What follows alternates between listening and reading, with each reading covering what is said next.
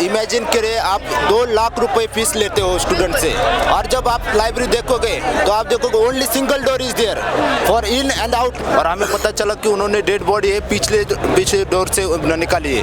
हम आगे थे खड़े, रात को 9 बजे से हम यही थे, तो उन्होंने डेड बॉडी आगे से नहीं निकाली, वो पीछे से सब निकाली है। एग्जैक्ट नंबर कितना है ये किसी को पता नहीं है। और यहाँ पे 80 से 90% लाइब्रेरी वो बेसमेंट में ही चल रही है। 35 स्टूडेंट फंसे हुए थे। एक स्टूडेंट बोला कि मेरे पीछे बहुत लोग हैं। तो आप बताइए, अगर 3 लोग डेथ कर रहा है, एक बाहर निकल रहा है, तो बाकी स्टूडेंट कहाँ जा रहे हैं? आप उनको आइडेंटिटी रिवील तक नहीं कर रहे हो। आपने अभी 3 बोले हैं, 3 तो कहीं से भी नहीं। मैंने अपनी आंखों से देखा, 5 बार तो एम्बुलेंस गई है। मैं कल पूरी रात था यहाँ पे।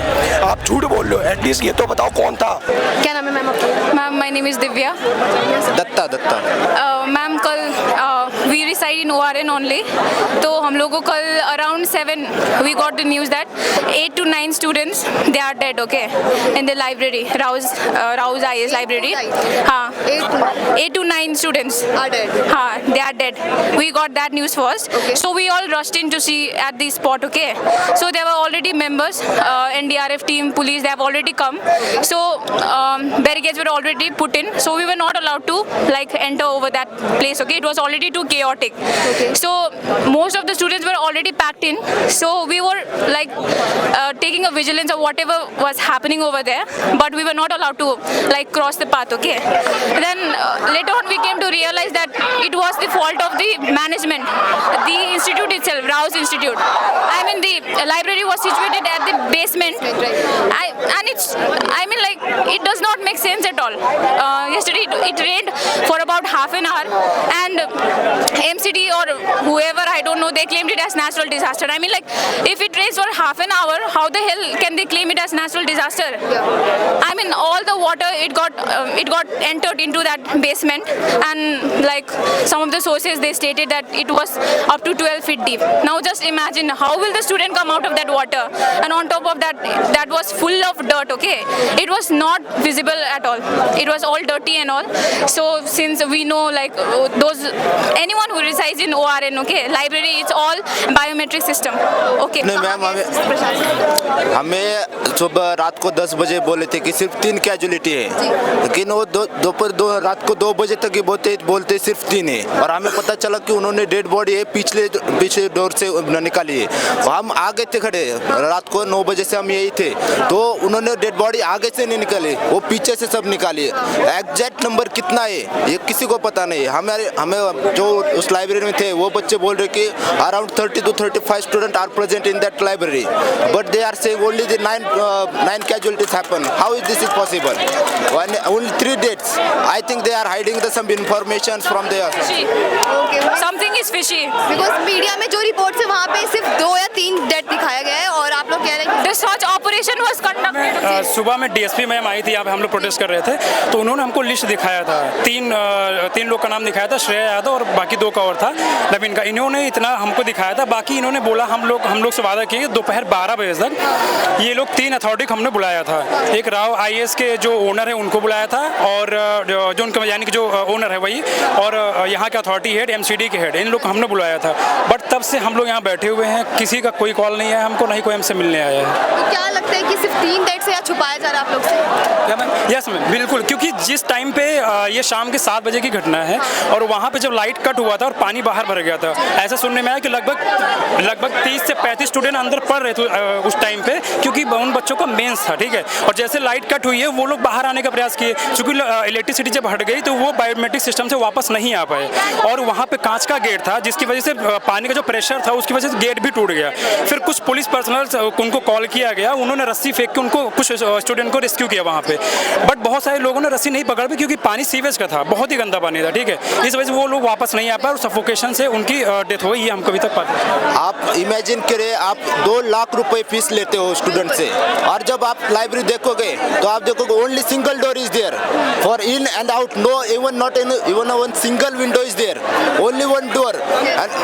अरे अगर आप अंदर हो, आप इमेजिन करें कि आपकी सांस रुकी है कि और आप मर रहे हो, तो मतलब कितना दर्दनाक मौत उनको मिले सिर्फ इसकी मत में। एक फ्रेंड था, उसने 26 जून को MCD में नोटिस डाला था, ठीक है। उन्होंने एमसीडी के खिलाफ नोटिस डाला था और खासकर राव आईएएस के इसी सेम लाइब्रेरी के ही अगेंस्ट उन्होंने ये नोटिस डाला हुआ था और उसका उनको कोई जवाब नहीं है, जबकि वो नोटिस अभी सर्कुलेट भी हो रहा है, उसका इंटरव्यू चल रहा है इस मामले में, क्योंकि उसने पहले से ही प्रशासन के पास ये चीज़ डाली हुई थी कि ये बेसमेंट की लाइब्रेरी बंद करानी चाहिए और यहाँ पे 80 से 90% लाइब्रेरी वो बेसमेंट में ही चल रही है और ये पूरी तरीके से इलीगल है। कोई भी सेफ्टी का गाइडलाइंस वहाँ पे बिल्कुल नहीं मिला हुआ है और ये हमारी मजबूरी है। और यहाँ पे इवन जितने बिल्डिंग के कंस्ट्रक्शन है उनका उसमें भी है, वो भी इलीगल तरीके से यहाँ पे कंस्ट्रक्ट हुई है, रूम्स भी ऐसे हुए हैं, कोई भी सेफ्टी नहीं है और वायर वगैरह आप लोग देख सकते हैं, ठीक है। इसके अलावा 2 दिन पहले भी हमारे एक भाई की नीलेश की वहाँ पे करंट से उनका डेथ हुआ था। इसके अलावा 1 साल पहले मुखर्जी नगर में आग लगी, पटेल नगर में भी आग लगी, क्योंकि वहाँ पे एसी बहुत ज़्यादा लगे हुए थे, ठीक है। कोई भी सेफ्टी यहाँ पे मतलब हमको कैपेसिटी के हिसाब से ही तो उसकी जो व्यवस्था हर चीज़ की क्या बोलते करनी चाहिए, राइट, लेकिन कुछ भी नहीं ऐसा किया जा रहा है। इन सबका नेक्सस है, जितने भी यहाँ के पॉलिटिकल एंटिटीज़ हैं, चाहे वो मेयर हो, चाहे वो यहाँ के पुलिस प्रशासन हो, जितने यहाँ रेडी वाले हैं, वो सब कुछ सबका इंक्रोचमेंट है। हर तरीके से यहाँ पे गंदगी फैलाई जा रही है, कुछ भी नहीं हो रहा है तब से। यहाँ पे अभी तक कुछ आपको रिस्पांस नहीं आया? इनफैक्ट इंस्टीट्यूट की तरफ से कुछ रिस्पांस है? कुछ भी कोई भी रिस्पांस नहीं, सिर्फ पुलिस हमसे बात कर रही है नॉर्मली कि हाँ आप लोग बैठे पीसफुल, आप लोग जो है ये कीजिए, प्रोटेस्ट कीजिए, लेकिन तब से कुछ भी रिस्पांस नहीं है। हम तब से डिमांड कर रहे हैं कि हम जो हमने अपना लिख करके मेमोरेंडम वो उनको दे दिया हर चीज़ का कि हमको क्या क्या चाहिए डिमांड्स हमारी, बट तब से कोई सुनवाई नहीं और हम लोग इसीलिए यहाँ पे तब से लगे हुए हैं। नहीं प्रशासन की तरफ से नहीं हो रही है। 3 स्टूडेंट को शायद पुलिस ने डिटेन भी किया। डिटेन जी बिल्कुल लेके गए, इसके पहले उन्होंने लाठीचार्ज करने का प्रयास किया था, बट ऐसा कुछ होने नहीं दिया। थोड़ी देर बाद शांत हो गया मामला, बट उन्होंने कुछ जो स्टूडेंट बहुत ज़्यादा एक्टिव थे उनको लेके चले गए, इसलिए हम लोग भारी मात्रा में यहाँ आके फिर इकट्ठा हो गए थे। आप यहाँ पे हाँ, मैं यहाँ 2 साल से हूँ, तो 2 साल से पूरा यहाँ पे जाता हूँ, मेरे भी लाइब्रेरी आसपास है यहाँ पे। तो जिस समय वो इंसिडेंट हुआ मैं दूसरी लाइब्रेरी में था, हम लोग शाम को चाय पीने निकले, फिर 1 घंटे बाद पता चला ऐसा ऐसा इंसिडेंट हो गया। जो हो गया वो आपको पता है अच्छे से। सबसे पहले यहाँ पे सोशल ऑडिट होना चाहिए लाइब्रेरी का। सोशल ऑडिट में पता चल जाएगा कि 90% लाइब्रेरी बेसमेंट में है, लाइब्रेरी बंद होगी। मॉडल जो यहाँ पे बिल्डिंग मॉडल एक्ट 2016 था उसको लागू करें। बेसमेंट में सिर्फ पार्किंग होनी चाहिए। आप देखते हो हर जगह यहाँ पे आप जाओ, हर जगह कार खड़ी रहती है, कहीं पार्किंग नहीं है, सब जगह बेसमेंट में लाइब्रेरी है। क्यों बेसमेंट में लाइब्रेरी है भाई? और लाइब्रेरी में घुसने का सिर्फ एक जगह होता है। आप कोई भी लाइब्रेरी ढूंढ लीजिए, उसमें जाने का एक जगह, निकलने का एक जगह। कम से कम इतनी 170 या 100 से लाइब्रेरी की कैपेसिटी होती है सिटिंग की। कम से कम 2 या 3 गेट होने चाहिए, फायर एग्जिट गेट होना चाहिए, प्रॉपर सीवेज का कुछ होना चाहिए। कुछ नहीं है, कोई नहीं। सीवर यहाँ पे 1976 का बना हुआ है, 50 mm का सीवर बना हुआ है। 226 mm पानी यहाँ नीचे गया है। 226 mm पानी 50 mm में कहाँ जाकर सर्वाइव कर पाएगा?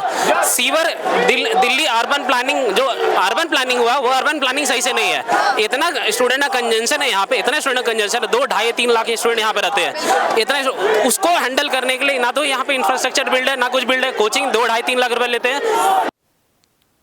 Landlords, complete mafia. लैंडलॉर्ड्स की वजह से ही यहाँ स्टूडेंट आए हैं। कोचिंग लैंडलॉर्ड्स ने इतना नेक्सस बना के रखा है। लाइब्रेरी का फीस 2500 रुपए से कहीं कम नहीं है। आप जाइएगा 24 घंटे की लाइब्रेरी 2500 रुपए से कहीं कम का नहीं है।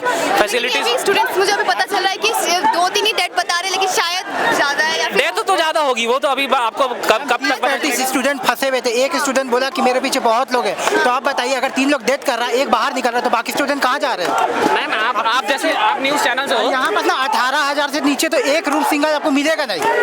मेरा आए हुए 1 मंथ हो रहा है। हम पहले बंकर में रहते थे, हमको चेंज करना पड़ा क्योंकि पानी चू रहा था।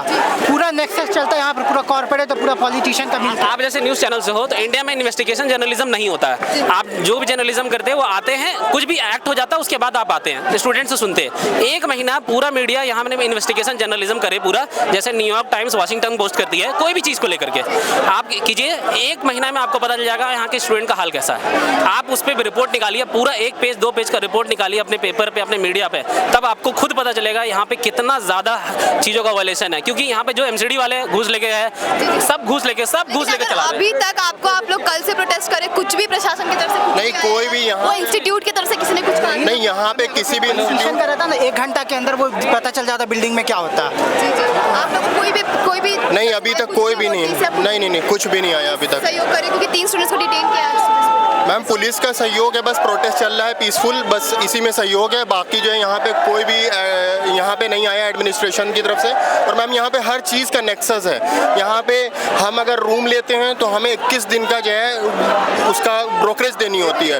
और मैम 25-25 हज़ार रुपये एक रूम का किराया है, ना वहाँ पे फायर सेफ्टी है, वहाँ पे किसी भी तरह की सेफ्टी नहीं। 2-2 फीट की सीढ़ियाँ हैं, अगर बाई चांस कोई आग वगैरह लग जाए तो नीचे आने में मतलब बच्चे ऊपर से ही कूद जाना जो है पसंद करेंगे, लेकिन नीचे कोई नहीं आ रहा। मैम मतलब समझ लिया कि बच्चों की बहुत बुरी हालत है यहाँ पे। 25-25 हज़ार रुपये दे के यहाँ पे यहाँ पे स्टूडेंट पढ़ने के लिए आ रहा है, पढ़ाई से ही मर जा रहा है। मैम इस बात का मैम बहुत खराब लगता है कि मैम लोग अमीर गरीब बहुत लोग दूर दूर से यहाँ पे बच्चे पढ़ने के लिए आते हैं, महंगे रेंट जमा करते हैं, मतलब रेंट का किराया अलग से, पानी का किराया अलग से, बिजली का किराया अलग से, सब चीज़ का हाँ अलग से, लाइब्रेरी का किराया अलग से। मैम लोग और ऊपर से मैम बच्चे इतने कड़ी तोड़ मेहनत करते हैं कि मैं उसके कहीं नहीं जाए। ऊपर से मैम यहाँ पर इतना बेकार माहौल है कि मैं यहाँ क्या कहते हैं कि बच्चे मतलब तनाव में आते पढ़ते पढ़ते भी, और ऊपर से मैम ये देखने को मिलता है कि मैम यहाँ पर मतलब बच्चे मतलब क्या कहते हैं मतलब बेकार फैसिलिटी के कारण बच्चे मतलब मर जाते हैं। तो मैं ये बहुत बेकार लगा मेरे को ये देख करके। गेम ब्लेम खेलने से कुछ नहीं होगा, ये तो सेंटर भी है स्टेट भी है, तो दोनों का ना रिस्पॉन्सिबिलिटी है, दोनों अकाउंटेबिलिटी नहीं ले रहा है। क्यों नहीं ले रहा है? सेंटर से भी कुछ नहीं आया, खाली आम आदमी पार्टी को बस ब्लेम किया जा रहा है, वैसे नहीं होगा। बेसिकली मेरा कहने का मतलब ये है, यहाँ पे पूरा सिस्टमेटिकली बच्चों को एक्सप्लॉइट किया जाता है। यहाँ पे लैंड ओनर जो होते हैं वो इतना हाई अपना रेंट रखते हैं जिसकी वजह से बच्चों को अफोर्डेबिलिटी नहीं होती है, उनकी वजह से उनको ज़बरदस्ती लाइब्रेरी लेना पड़ता है। लाइब्रेरी लेने का कारण ये है क्योंकि यहाँ पे सिस्टमेटिकली बच्चों को एक्सप्लॉइट करते हैं। पहले लैंडलॉर्ड इतना हाई रेंट रखेगा, उसके बाद मजबूरी में बच्चों को सिर्फ जाके लाइब्रेरी लेना पड़ता है। और हमने कल देखा क्या हादसा हुआ है। कल हमारे साथियों ने, हमारे भाई बहनों ने कम से कम नहीं तो 10 से 12 है जो इन्होंने आइडेंटिटी अभी तक रिवील नहीं किया। उनके माता पिता पे क्या गुजर रही मुझे पता है, जब तक उनको नहीं पता। क्या आपको पता है 1000 किलोमीटर दूर बैठा है माता पिता किसी का, उसका बेटे का अगर फ़ोन कल रात में नहीं लगा तो उसको कैसे पता चलेगा? उसका तो प्राण फूक गया होगा भाई। आप उनको आइडेंटिटी रिवील तक नहीं कर रहे हो। आपने अभी 3 बोले हैं, 3 तो कहीं से भी नहीं। मैंने अपनी आंखों से देखा, 5 बार तो एम्बुलेंस गई है। मैं कल पूरी रात था यहाँ पे।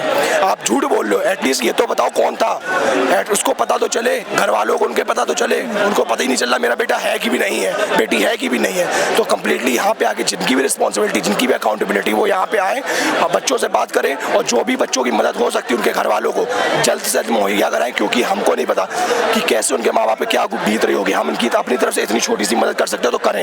ये सबकी जवाबदेही है, बस यही कहना चाहूँगा।